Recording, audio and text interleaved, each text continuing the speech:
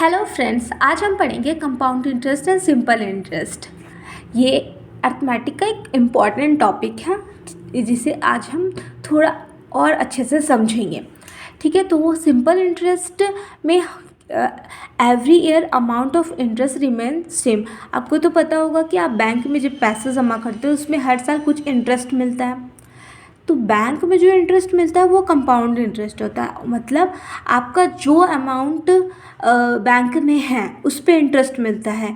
जैसे वो बड़ा होगा तो फिर उस पर मिलता है, फिर वो बड़ा होगा फिर उस पर मिलता है, तो उसे कंपाउंड इंटरेस्ट कहते हैं। और सिंपल इंटरेस्ट में एक निर्धारित रेट होता है जिसको हर साल उसी रेट से इंटरेस्ट लगता है। जैसे कि अगर हम किसी को 500 दिए हुए हैं तो हर साल, और 10% दिए हुए हैं तो हर साल 50 रुपीज़ एंड 50 रुपीज़ का ही इंटरेस्ट आएगा। लेकिन कंपाउंड इंटरेस्ट में ऐसा नहीं होता। कंपाउंड इंटरेस्ट में इंटरेस्ट रेट तो सेम रहता है लेकिन इंटरेस्ट अमाउंट हर बार चेंज होता रहता है।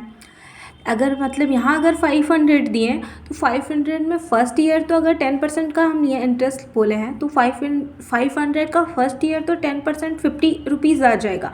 लेकिन नेक्स्ट ईयर इंटरेस्ट जो आएगा वो 550 रुपीज़ के ऊपर आएगा। सो हर साल उसको चेंज होते रहता है।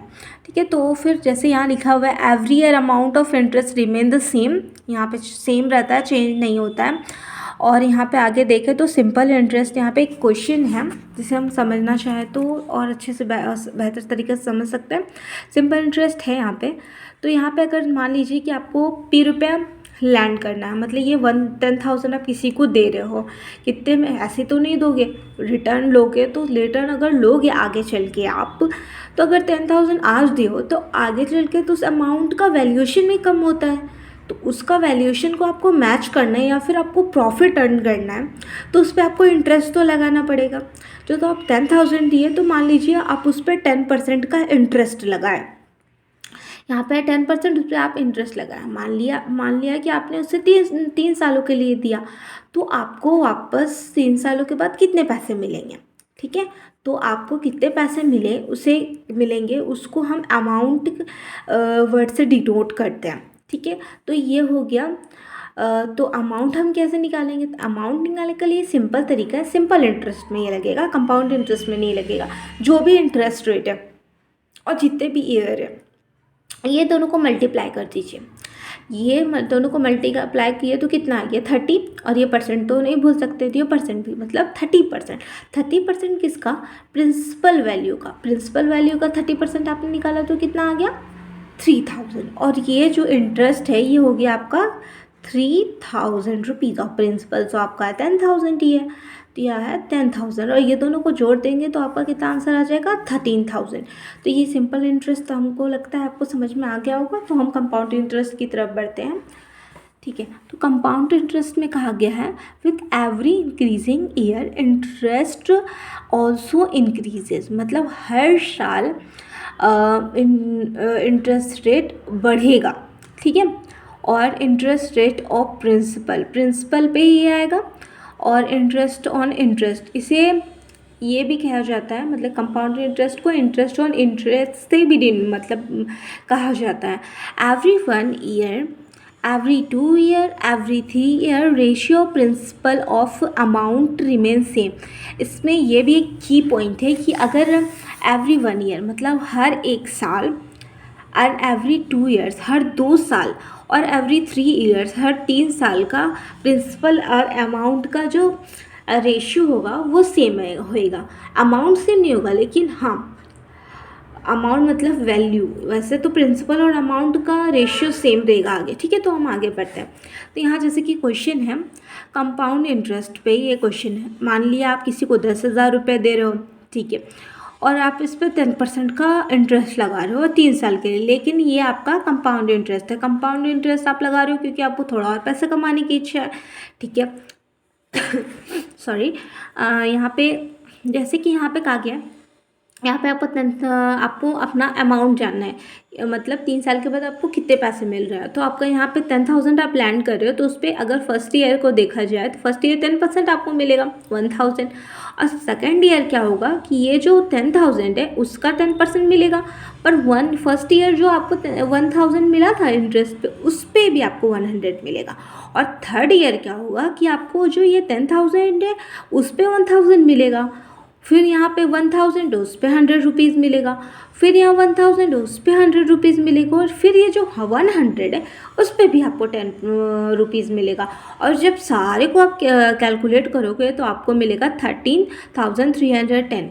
आपको याद होगा कि सिंपल इंटरेस्ट में जब यही सारे अमाउंट थे तो कितना आपका अमाउंट आया था, वो आया था आपका 13,000, और यहाँ पे आपका अमाउंट आ रहा है 13,310।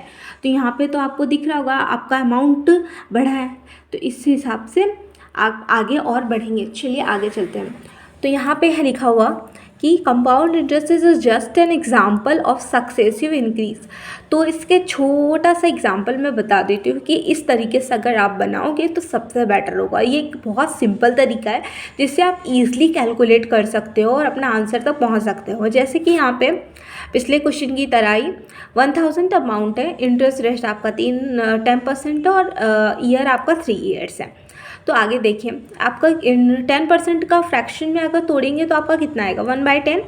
तो आपको क्या करना है, इसको रेशियो में लिखना है 10 से 11। एक साल में आपका क्या हो जाएगा, जैसे कि यहाँ पे आपका मान लीजिए ये जो 10 है वो आपका प्रिंसिपल वैल्यू है, जो 1 है वो आपको इंटरेस्ट मिल रहा है।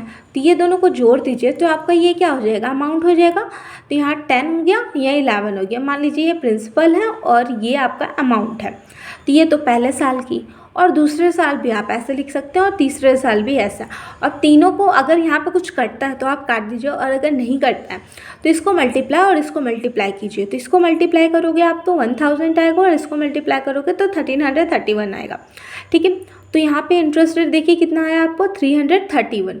तो आपका टोटल अमाउंट कितना है, यहाँ तो 1,000 है, आपको 10,000 आपने लैंड किया था, तो आपको बस 10 से यहाँ पे इंटू कर देना है। तो यहाँ पे आपका 10,000 आ जाएगा। तो सब तीनों जगह पे इंटू कर दोगे तो आपका एक एक ज़ीरो बढ़ जाएगा यहाँ पे, और फिर ये दोनों को जोड़ोगे तो कितना हो जाएगा 13,310, यही आएगा आपका। तो ये देखिए पिछले बार में भी जो क्वेश्चन हमने बनाया था उसमें भी अमाउंट यही है। ठीक है, तो आगे बढ़ते हैं। तो ये सक्सेसिव मेथड है, मैं आगे कोई क्लास में इसे और एलेबरेट करके बताऊंगी जिससे और अच्छे से आपको समझ में आ जाए। चलिए आगे बढ़ते हैं। आगे इस क्वेश्चन में बढ़ते हैं। तो यहाँ पे बोला गया है इंटरेस्ट आपका 26.66 है। अगर आप इसका फ्रैक्शन वैल्यू जानते हो गए तो ये 4/15 है। ठीक है, ये 4/15 है। आपको 5 सालों के लिए इसे आपने लैंड किया है। ठीक है, और अमाउंट आपको ये 6,000। ठीक है, ओके आगे बढ़ते हैं। ठीक है, तो यहाँ पे 26.66, सॉरी यहाँ पे ध्यान दीजिएगा ये अमाउंट है, ये प्रिंसिपल नहीं है, आपको प्रिंसिपल निकालना है। ठीक है, तो यहाँ पे आप इजली फ्रैक्शन से, रेशियो से और सक्सेसिव मेथड से आराम से सारा कैलकुलेट कर सकते हो। विदिन 2 और 3 लाइन्स आपका आंसर आ जाएगा, और ज़्यादा आपको प्रेशर भी दिमाग पर नहीं लेना पड़ेगा, आराम से आ जाएगा। तो ठीक है, और ये 26.66 इसका फ्रैक्शन वैल्यू जैसे कि मैंने आपको बताया 4/15 है। और यहाँ पे अगर देखें तो यहाँ पे हम ये कर सकते हैं कि ये जो प्रिंसिपल वैल्यू जो 15 है, मैंने आपको पहले बताया तो नीचे वाला वैल्यू आता है तो इसे हम प्रिंसिपल मानते हैं, और ये जो 4 है उसे हम इंटरेस्ट मानते हैं। ठीक है, तो यहाँ प्रिंसिपल आपका 1 यहाँ पे एक 10 से इंटू कर दिया कि आगे ईजिली कैलकुलेट हो जाए। तो प्रिंसिपल मान लिया मैंने 150, इंटरेस्ट मान लिया 40। ठीक है, और अमाउंट है हमारा 350। और 350 कैसे है वो भी देख सकते हैं कि यहाँ पे देखिए 4/15 है, 4/15 है 5 ईयर्स का ये। तो फिर ये कंपाउंड इंटरेस्ट है। तो यहाँ पे आप देखिए 15 है, 15 + 4 कितना हो जाएगा 19, 15 + 4 हो जाएगा 19। ऐसे करके 5 सालों तक जाओगे तो फिर सॉरी ये सिंपल इंटरेस्ट है, तो बस ये 5 से इंटू कर देना है। मतलब ये जो 5 ईयर है और ये जो आपका इंटरेस्ट है उसको इंटू कर दोगे तो आपका आ जाएगा 200%। ठीक है, आपको 200% इंटरेस्ट मिल रहा है। ठीक है, तो अमाउंट आपका कितना हो गया, ये 200% है। ठीक है, और ये 150, ये मतलब परसेंट को अभी भूल जाते हैं, ये 150 एंड 200 दोनों को जोड़ दूँगे तो कितना आ जाएगा 350, 200 150 का ऐड किया तो आ जाएगा 350, और 350 का यहाँ वैल्यू दिया हुआ है 60,000, और तो फिर 60,000 को 35 से डिवाइड करोगे तो आपको आ जाएगा यहाँ पे आंसर 13,000 डिवाइड बाय 7, ठीक है। और ये आपका आ गया आंसर, मतलब ये आपका प्रिंसिपल आ गया, ठीक है। तो आगे बढ़ते हैं, मतलब ये एक यूनिट का आंसर आ गया, ठीक है। एक यूनिट का निकल गया, मैंने हम लोग यूनिट में ही इसे माना था, सॉरी ये ज़ीरो नहीं, ये यूनिट है, इसे यूनिट में ही हमने माना था। और उसके बाद फिर एक यूनिट का वैल्यू जब यहाँ आ गया तो फिर इससे हम आगे को कैलकुलेट कर सकते हैं। चलिए दूसरे क्वेश्चन पे चलते हैं। यहाँ पे लिखा हुआ है सम of number become 89 by 16 times itself after 25 years and 12%। यहाँ बोला है 12% की रेट से यहाँ R% है, यहाँ R% की रेट में 89 by 16 टाइम्स हो जाता है कोई अमाउंट। अब 89 मैंने तो बताया था कि ये प्रिंसिपल है और ये 89 हो जा रहा है, मतलब ये अमाउंट हो जा रहा है। तो यहाँ पे देखिए, यहाँ 16 है आपका प्रिंसिपल, हो कितना जा रहा है 89, बीच का डिफरेंस कितना है 73, ठीक है। तो यहाँ पे आप देखिए, तो हम यह कर सकते हैं, ये 73 है, तो इसका वैल्यू निकालने के लिए हम डिवाइड 16 और इंटू 100 कर सकते हैं, ठीक है। और यहाँ पे 25 ईयर्स बोला है, तो हर साल के लिए कितना होएगा, क्योंकि ये सिंपल इंटरेस्ट है, 25 से डिवाइड दे देना है, तो आपका आंसर आ जाएगा 73/4, और इसको डिवाइड दोगे तो आपका 18.25 आ जाएगा। मतलब आप कितने रेट से इसको लैंड किए हो, 18.25 आपका रेट ऑफ इंटरेस्ट है, ठीक है। अब आगे के क्वेश्चन पर मूव करते हैं। यहाँ पे आपका प्रिंसिपल 38 है जो बिकम मतलब आगे बन जाता है 54 इन 4 ईयर्स, ठीक है। सो वो यहाँ कह रहा है कि 57 ईयर्स में वो कितने टाइम्स बढ़ जाएगा। तो यहाँ पे है कि 38 है, सॉरी ये 57 टाइम्स होता है 2 ईयर्स में। अब यहाँ पे देख लें नेक्स्ट 2 ईयर्स यहाँ पे कहा जा रहा है, तो यहाँ पे देखिए कि 38 है यहाँ पे प्रिंसिपल, उसके बाद ये 54 हो गया, ठीक है। तो यहाँ पे 19 × 27 आया रेशियो।